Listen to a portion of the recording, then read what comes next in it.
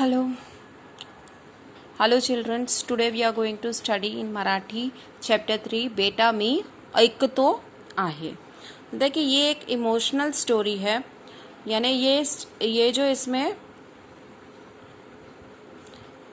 एक बेटे के और पिता की स्टोरी बताई गई है कि उसके पिता जो संगीत से बहुत प्यार करते थे, बहुत उनको पसंद था, वो संगीत में ही रचे पचे रहते थे, लेकिन एक एक्सीडेंट की वजह से वो अपनी सुनने की शक्ति खो बैठते हैं और उनको इस म्यूज़िक के प्रति बहुत लगाव रहता है और वो चाहते हैं कि अपना तो उसके बेटे को म्यूज़िक सीखने के लिए कोशिश करते हुए देखकर उसे कैसा महसूस होता है उस बारे में इस लेसन में बताया गया है. लेखक ने उस बारे में बताया गया.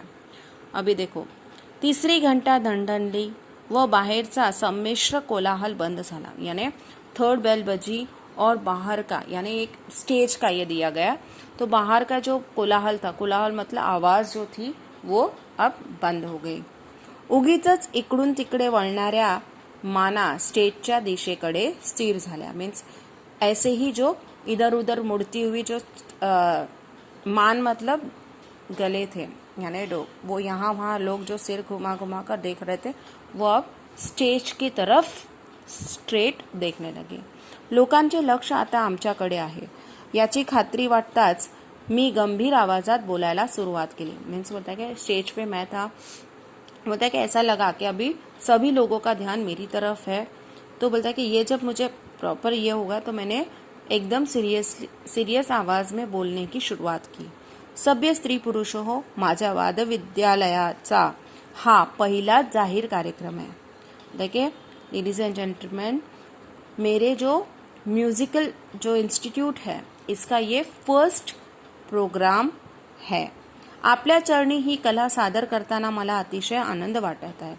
मीन्स आपके सामने इस कला को प्रस्तुत करते हुए मुझे बहुत खुशी हो रही है. आपण शांतपणाने या सर्व कार्यक्रमाचा आस्वाद घ्यावा. मीन्स बोलता है कि आप शांति से इस कार्यक्रम का मजा लीजिए. अशी आपल्याला नम्र विनंती करून मी कार्यक्रमाला सुरुवात करते. मीन्स ऐसी आपको रिक्वेस्ट करते हुए मैं अब प्रोग्राम स्टार्ट करता हूँ. आजच्या कार्यक्रमाची सुरुवात शिरीष भागवत यांच्या फिडल वादनाने होईल. मतलब कि आज के प्रोग्राम की शुरुआत शिरीष भागवत नाम के लड़के के फिडल बजाने से होगी. हा विद्यार्थी माझ्या विद्यालयात नुकताच शिकायला आला है. देखिए ये जो स्टूडेंट है वो मेरे स्कूल में अभी अभी ही सीखने आया है. कलेच्या प्रांतातील हा नौखा मुसाफिर आहे. हे लक्षात घेऊन आपण त्याच्या हुशारीचे कौतुक करावे ही विनंती. मुद्दा के कला के जगत में ये नया नया ही मुसाफिर है. नया उसने अभी नए नए ही स्टार्ट किए. तो बोलते हैं कि ये ध्यान में रखते हुए आप उसकी होशियारी जो है उसको प्रेज कीजिए. ऐसी मेरी आपसे रिक्वेस्ट है. एवढे बोलून मी शिरीषकडे पाहिले. मला या मुलाची अतिशय भीती वाटत होती. खरे सांगायचे म्हणजे माझ्या मनातून मला शिरीषला कार्यक्रम द्यायचाच नव्हता. बोलता है कि ऐसा बोलकर मैंने शिरीष की तरफ देखा. मुझे इस लड़के से बहुत डर लग रहा था, क्योंकि ऐसे बोलता है कि सही में बोला जाए तो मुझे इसको कोई कार्यक्रम देना ही नहीं था. कारण नुकताच शिकायला लागलेला हा विद्यार्थी माझ्या विद्यालयाचं नाव खराब करेल याची मला खात्री होती. बोलते कि क्यों? क्योंकि ये नया नया सीखने आया है और ये कैसे बजाएगा, इसकी अगर वो अच्छे से नहीं बजाएगा तो मेरे इंस्टीट्यूट का नाम खराब होगा. इसका मुझे पूरा पूरा भरोसा था. म्हणून मी त्याला कार्यक्रम देण्याचे टाळत होतो.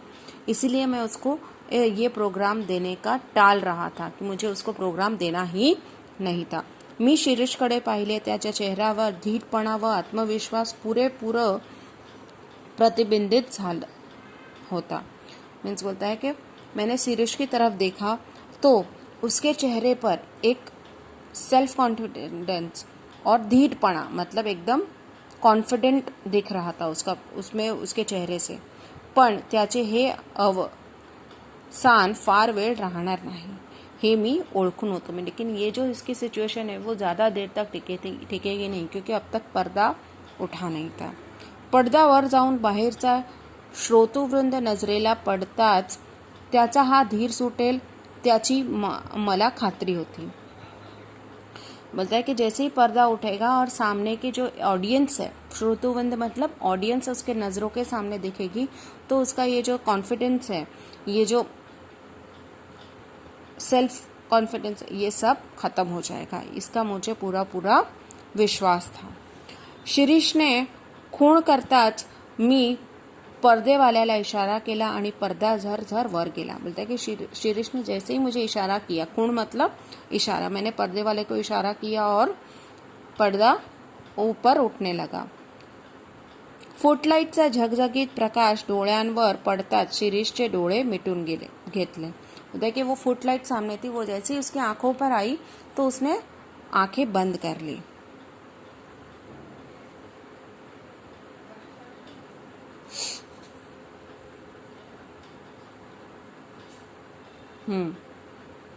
त्या प्रकाशाची डोळ्याला जराशी सवय झाल्यावर शिरीषला सबंध श्रोतृवृंद दिसला आणि त्याच क्षणी त्याच्या मनाची झालेली चलबिचल त्याच्या चेहऱ्यावर स्पष्ट दिसू लागली।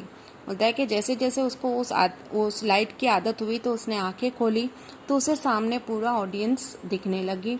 और बोलता है कि उस वक्त उसके मन में क्या चल रहा था, क्या हलचल चल रही थी, वो उसके चेहरे पर बराबर दिख रही थी। तो गडबडून गेला होता, वो एकदम पूरा डिस्टर्ब हो। हे मी ओळखले, वो मैंने पहचानले, त्याला आता सावरून धरणे शिक्षक या नात्याने माझे कर्तव्य होते। मीन्स उसको अभी संभालना एज अ टीचर वो मेरी ड्यूटी थी। तो मी तंबोरेवाल्याला व तबलेवाल्याला खूण केली। तंबोऱ्याच्या धीरगंभीर आवाज घुमू लागला। शिरीषने डोळे मिटून कुणाचे तरी ध्यान केल्यासारखे दिसले व पुन्हा त्याच्या चेहऱ्या पूर्वीच्या आत्मविश्वासाने न्हावून निघाला व हलकेच त्याने षडश लावला। कहता है कि उसको संभालने के लिए मैंने तबले वाले और तंबोरे वाले को इशारा किया कि अगर उन लोगों ने शुरू किया तो इसको थोड़ा कॉन्फिडेंस आएगा। उसने आंखें बंद की और जो खोली तो वापस उसके चेहरे पर पहले जैसा कॉन्फिडेंस दिख रहा था और उसने धीरे से षडश, एक टाइप का म्यूजिकल ताल है, वो उसने बजाना शुरू किया। एका 10 ते 12 वर्षाच्या मुलाने शांतपणे वाजवायला सुरुवात केलेली पाहून लोक शांत बसले। धीमेपणाने शिरीषने भूप रागातली गत वाजवायला सुरुवात केली। एक 10-12 साल का लड़का इतने अच्छे से, इतने कॉन्फिडेंटली और बजाते हुए देखकर लोग शांति से उसको सुन रहे थे और उसने धीरे से भूप राग बजाना शुरू किया। तेज से शुरू, मात्रेचा ही फर्क नहीं, जो किया वो एकदम परफेक्ट वो बजा रहा था। एक भी इसका मात्रा मतलब बोलते ना, एक भी इसका फरक नहीं था। तो शांतपणे वाजवू लागला आणि आजपर्यंत बसला नव्हता एवढा धक्का मला बसला। वो शांति से बजा रहा था, लेकिन उसको बजाते हुए देखकर जो आज तक मुझे शौक नहीं हुआ था, उतना मैं शौक में था कि ये इतना अच्छे से कैसे बजा रहा है। कानांवर विश्वास बसेना, नजरेवरही बसेना। मुझे मेरी आंखों पर विश्वास नहीं हो रहा था, मुझे मेरे कानों पर विश्वास नहीं हो रहा था, वो जिस तरह से बजा रहा था वो सुनकर कि ये इतना अच्छे से कैसे बजा रहा है। पंचेंद्रिया दगा तर देत नाही ना, अशी शंका मनाला चाटून गेली। माझ्या जागी तुम्ही असता किंवा आणखी कोणीही असता तरी त्याचा मनातही तशी शंका आली असती। मीन्स मेरी जगह तुम होते या और कोई भी रहता तो उनको ऐसा शक होता ही था। तुम्हीच सांगा। सुमारे 6 महिन्यापूर्वी शिरीष माझ्या विद्यालयात आला। धीटपणे त्याने विचारले, आपणच का पी जनार्दन? मी सुहास्य मुद्रे ने होय म्हणाला। अब आप ही बताओ कि आज से कुछ 6 महीने पहले वो मेरे स्कूल में आया था और आके उसने एकदम धीटपण मतलब कॉन्फिडेंसली मुझसे कहा कि आप ही हो ना जनार्दन? तो मैंने उसको हंसते हुए उससे कहा कि हाँ मैं ही हूँ। माझे नाव शिरीष भागवत, घरी श्रीच म्हणतात मला। गाण्याची फार आवड आहे। बोलता है कि मेरा नाम शिरीष भागवत और घर पे मुझे सब श्री कहकर ही बुलाते हैं और मुझे गाना बहुत शौक है। तुला गाण्याची आवड आहे तर माझ्यापेक्षा माझ्या वडिलांना शिकलेले फार आवडेल। बोलते कि तुझे गाने की अच्छा लगता है? तो बोलता है हाँ। तो वो कहता है कि मेरे से ज़्यादा तो मेरे पिताजी को अच्छा लगेगा अगर मैं गाना बजाना सीखूंगा। त्याच्या चमत्कारिक उत्तराचे मला नवल वाटू लागले व थोडासा रागही येऊ लागला। तो थोड़ा वेळ थांबून पुढे म्हणाला। मीन्स बोलते कि उसकी इस तरह से बातें करने की ये सब के मुझे एकदम सरप्राइज हो रहा था, थोड़ा मुझे गुस्सा भी आ रहा था कि ये कैसा बच्चा है, इस तरह से मुझे कैसे बात कर रहा है। मी आपल्याकडे शिकायला येईल पण माझी एक अट आहे। बोलता है कि मैं आपके पास सीखने तो आऊंगा लेकिन मेरी एक शर्त है। मी शिकायला आलो की रोज माझ्याबरोबर माझे वडील पण येतील व शिकवणी चालू असताना वर्गातच बसतील।